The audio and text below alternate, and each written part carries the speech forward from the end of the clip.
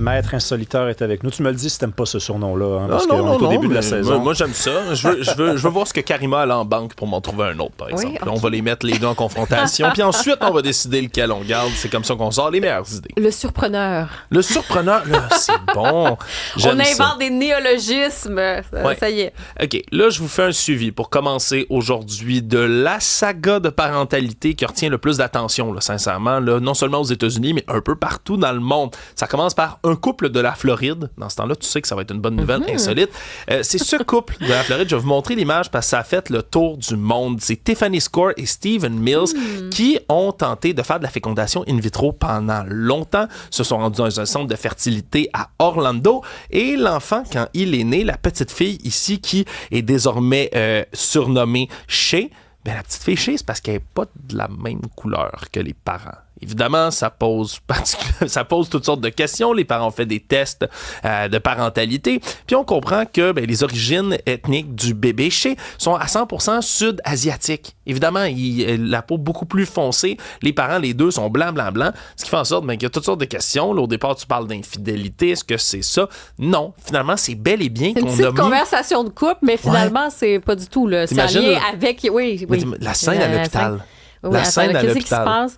Puis, en même temps, toutes les erreurs possibles ce centre de fertilité. Exactement. On s'est rendu compte que c'est pas leur bon embryon. Leur embryon à eux, il est quelque part dans la clinique de fertilité donné à d'autres mondes. Fait que c'est pas de l'infidélité, c'est sûr. Non, c'est à 100%. Ils ont maintenant, parce que cette saga-là dure quand même depuis le début de l'année, il n'y a jamais été question pour les deux parents d'abandonner le bébé. Ils disent on a une connexion émotionnelle extrêmement forte avec. C'est juste qu'on aimerait comprendre, c'est l'embryon à qui il y a des parents qui doivent se poser la question. On les a retrouvés, ils ont souhaité rester anonymes, mais il y a effectivement un autre couple qui consultait dans cette clinique-là qui se sont rendus compte que c'est comme un peu biologiquement leur enfant, mais que, ils ont décidé, après un espèce de processus judiciaire réglé à l'amiable, ils ont décidé que les parents, ici, vont pouvoir garder le petit bébé. Chez eux qui en ont la garde légale à 100%, mais ils désirent quand même être impliqués, puis rencontrer l'enfant, puis répondre aux questions que cette petite fille-là va pouvoir avoir plus tard. Ce qui fait en sorte que c'est un dénouement heureux dans une histoire qui aurait pu être juridiquement extrêmement complexe. Oui, comprenez? tout à fait. Il n'y a pas de précédent. Il n'y a pas vraiment de précédent de ces causes-là. Il y a quelques couples à qui c'est arrivé dans l'histoire. Oui. Puis après ça, est-ce qu'il y en a qui n'ont pas réglé en cours, il y en a qu'on n'a jamais su c'était qui les parents, etc. Là, ça s'est bien réglé. Tant mieux. Il y a un autre dossier en cours, par exemple. La poursuite contre le centre de fertilité d'Orlando qui, je vous le dis tout de suite, a déjà déclaré faillite, a déjà fermé ses portes. Il y en a un autre qui l'a remplacé. Bref, où ça va s'en aller, cette bataille judiciaire-là? À voir, mais au moins le bébé Shay va être entouré de 4 parents. Ça a de l'air qui vont lui déclarer son ça, il va avoir des droits de visite. Ils vont garder contact, avec les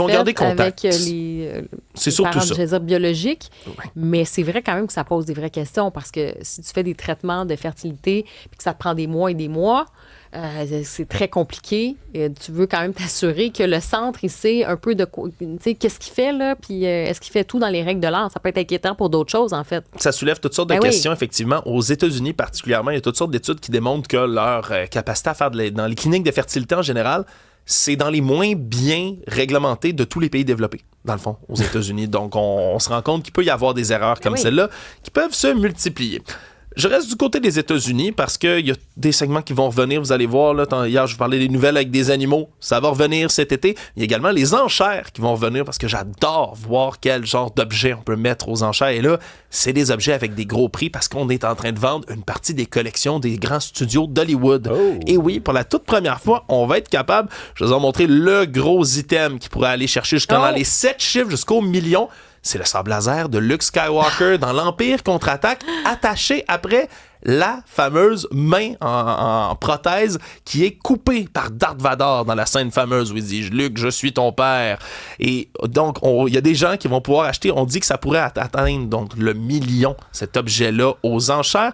Toutes sortes de choses, puis ça se termine aujourd'hui.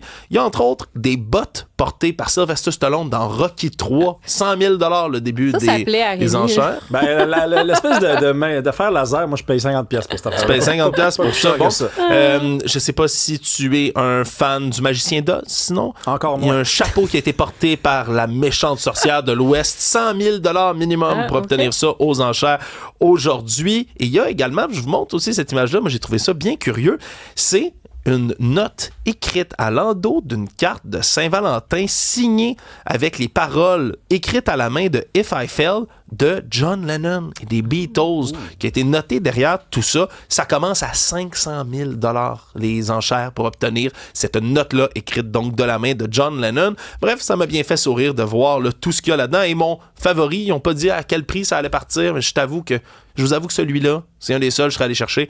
Un chandail porté par Paul Newman dans Slapshot, un chandail original de leur jersey. Bon, je sais qu'ils ne parlaient pas vraiment en québécois brisé durant ce tournage-là, mais bon, ça m'aurait fait chaud au cœur de l'obtenir. Le chandail, sens-tu encore un petit peu swing? Je sais pas. C'est une bonne question. Je sais pas si c'est une prime, tu sais. Ouais, mais peut-être. Hein, jamais lavé chandail de Paul Newman. Bon, je vous amène dans les enquêtes policières cette fois-ci, puis je vous transporte au Vietnam. On change complètement de continent. Puis ça, c'est une bonne nouvelle, mais dans un contexte un peu moins drôle. C'est la police de Ho Chi Minh City au Vietnam qui ont annoncé là, l'un de leurs plus gros coups de filet de l'histoire dans le milieu du trafic de viande de chat. Et oui, c'est assez affreux parce que on a le droit c'est légal, la viande de chat et de chien là, au Vietnam. Il y a plusieurs groupes activistes depuis des années là, qui poussent pour interdire tout ça parce que, entre autres, juste à côté en Corée du Sud, depuis 2024, on a interdit là, donc la viande de chat. Mais là, c'est parce que c'est pas un centre qui a un permis légal, parce que ceux qui le font, habituellement, doivent avoir toutes sortes de réglementations extrêmement strictes. Non, là, on parle de 9 individus qui avaient au-dessus de 450 chats dans des cages qui étaient détenus dans un centre dans des conditions affreuses, mais surtout, c'est que c'est des chats qui volaient dans les rues. Ni plus ni moins, là, c'est des chats qui appartiennent à des familles. Mais atroce. Ouais. Ton animal de compagnie, tu sais, que tu perds comme ça, tu ne sais pas, qu'il disparaît, qu'il se retrouve finalement dans un endroit en cage pour se terminer, comme on dit, en steak, c'est affreux. Donc, mais ils ont démantelé tout ça. Non, mais je suis désolée, mais c'est...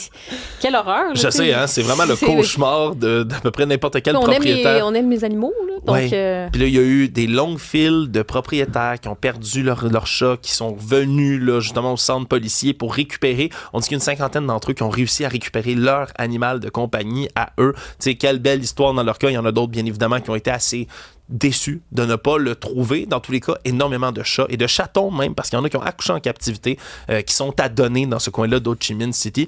C'est un gros effort, gros coup de filet, mais ça démontre quand même que ça existe, ce genre de milieu-là criminel. Ça me dégoûte. Oui, mais ça existe aussi quand on pense à des chenils là, qui avaient été démantelés, puis des animaux. On a vu ça au Québec. On a vu, c'est pas nécessairement pour faire de la viande et tout les ça. usines à chiots, là, comme on les appelle. Les usines à chiots, comme ça, les usines avec tous ces petits animaux entassés avec des maladies qui sont dans des conditions innommables. On a vu ça, fort heureusement. C'est quelque chose qui est quand même sévèrement réprimandé, tout ça. Vous ne mangeriez pas ça, du chat, vous? Au Vietnam, faites voyager. Non. Assurément, je te Rome, comme chez les Romains. Non, je trouverais ça trop difficile. Puis je pense que tu as d'autres options. Tu as d'autres options avant d'en arriver là. Là, on parle d'un animal domestique. Non. Je pense que... Il y a plein d'animaux que j'ai goûté bizarres. Là, j'ai déjà mangé du crocodile, du requin, de plein d'affaires, mais on dirait un animal de compagnie. Je sais que c'est du spécisme, et on me le dirait, de faire ça, mais je serais pas capable. Je m'excuse. Là, j'aime trop mes petits minous, mes petits pitous là, à la maison pour faire ça. Moi, je suis un peu perplexe parce que je pose des questions. Moi, je réponds pas à cette question-là. Rémi n'a pas complètement répondu. Puis il y a comme le petit sourire en coin en disant, est-ce que j'y goûterais? Bon, c'est une bonne question. Et puis on finit sur une bonne nouvelle animale dans ce cas-ci. Puis c'est une nouvelle de la Coupe du Monde qu'on continue de suivre là, assidûment. Je vous montre celui qui est devenu la mascotte non officielle en ce moment de l'équipe mexicaine. Il s'agit de Merlin. Merlin est un canard, de 2 ans qui accompagne sa propriétaire qui est une vendeuse de bouteilles d'eau, de boissons gazeuses également pendant la Coupe du Monde. Mais partout dans Mexico City, on peut voir ce canard-là qui a un petit chandail de l'équipe de foot mexicaine. Et là, ça explose sur les réseaux sociaux parce que non seulement le canard est comme super drôle, il suit sa propriétaire partout, il l'aide avec les petites bouteilles d'eau, il se laisse flatter, il se laisse prendre par les gens qui veulent venir voir Merlin et ça a tellement eu d'attraction en ligne qu'il y a des gens qui se sont mis à signer des pétitions puis à faire circuler des demandes pour que ça devienne la mascotte officielle de l'équipe mexicaine. Il dit quoi de mieux pour nous représenter et représenter notre esprit sportif que ce canard. Bref, à suivre si Merlin va devenir officiellement là, en fonction, mais d'ici là, c'est la mascotte non officielle. D'ici là, c'est la star. Oui, finalement, il a volé le show. Il a volé le show, littéralement. Reste à voir s'il est capable de jouer au soccer. Ça, c'est une question que je me pose. Merci, Alexandre. Un plaisir.